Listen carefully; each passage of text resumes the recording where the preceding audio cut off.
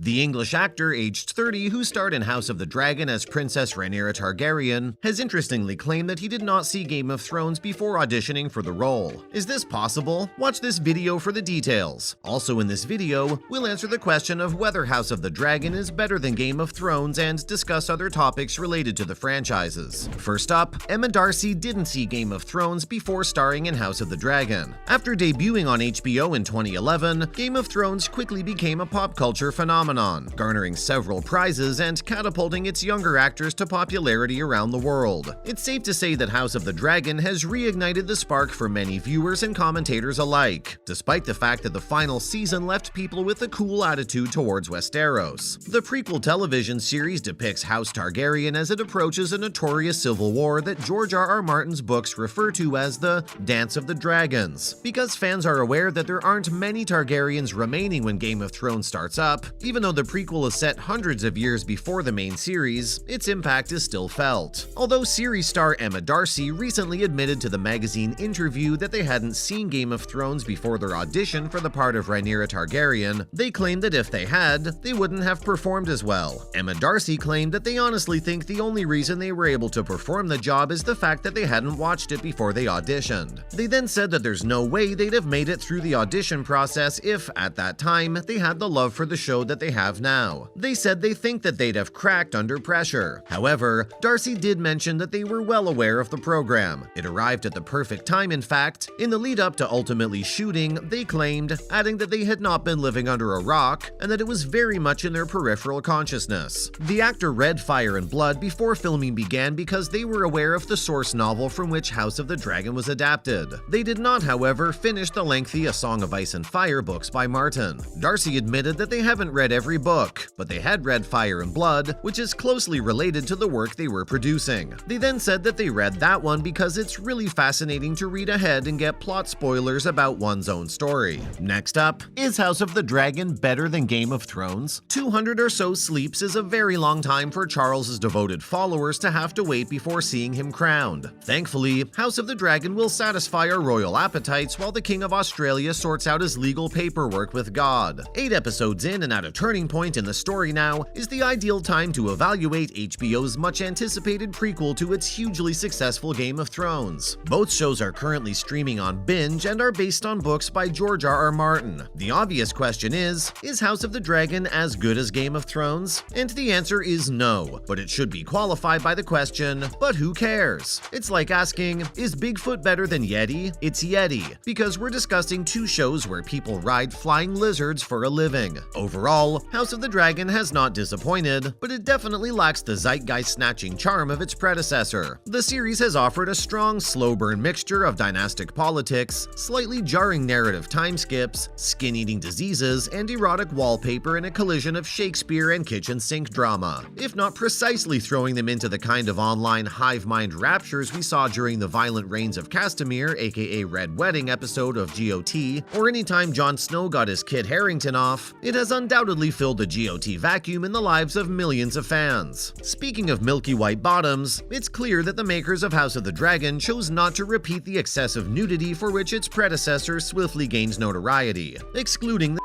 decor. This was a smart move. The premiere of the new season of Game of Thrones occurred more than 10 years after the premiere of the first episode of the original series. Audiences in 2022 are significantly more sophisticated than those in 2011, and are far more inclined to cancel a program if their delicate sensibilities are offended. However, House of the Dragon ups the gore as though to heighten our primal desires. We're assaulted with the kind of visceral effects that would feel more at home in a low-budget slasher film than a big-budget streaming series every time a bolt of Valyrian steel slices through a piece of flesh, or someone's head is pulverized with a gauntlet-clad fist. There's a lot of head pulverizing. This is gross entertainment, so there's nothing wrong with it per se, but it's another illustration of how our culture is becoming more puritanical and favoring violent content over content. The questionable CGI in House of the Dragon has also been noteworthy. Early on, tragic events occurred when keen-eyed onlookers noticed Paddy Considine's King Viserys was wearing a couple of strangely vivid green fingers. This happened when his green screen gloves slipped mist in the editing room, causing the monarch to grow a few digits that were the wrong color instead of losing a few. Sometimes, like the infamous stray coffee cup in Game of Thrones, it seems like such errors are intentional Easter dragon eggs, designed to generate online rumors. However, there's probably a more pressing discussion to have about how, obviously, hundreds of millions of dollars still can't buy you a decent visual experience. Excalibur, a 1981 film directed by John Boorman, looks better than anything created each week by the Merlins who bring Westeros into our living rooms, bedrooms, cafes, offices, trains, climbing gyms, or wherever people actually consume their content these days. However, Boorman could have only dreamed about the kind of computer wizardry available to his 21st century contemporaries while filming Excalibur, which was shot in soggy Ireland. Due to Lord of the Rings: The Rings of Power, a more expensive fantasy competition on Amazon Prime, House of the Dragon is apparently losing the war for streaming viewers. The larger budget is obvious in terms of splendor, but it's difficult to tell whether spending a few additional millions on some spectacular waterfalls would actually increase your audience size. In this fractured streaming age of ours with its fickle, peripatetic audience, compiling an accurate inventory of who is viewing what and when has evolved into the demographic equivalent of herding small dragons. Budget wars are insignificant in comparison to wars between parodies, and like Game of Thrones, the true draw of House of the Dragon has been the family drama. The story's central conflict is the filthy business of succession, which also explains why we're still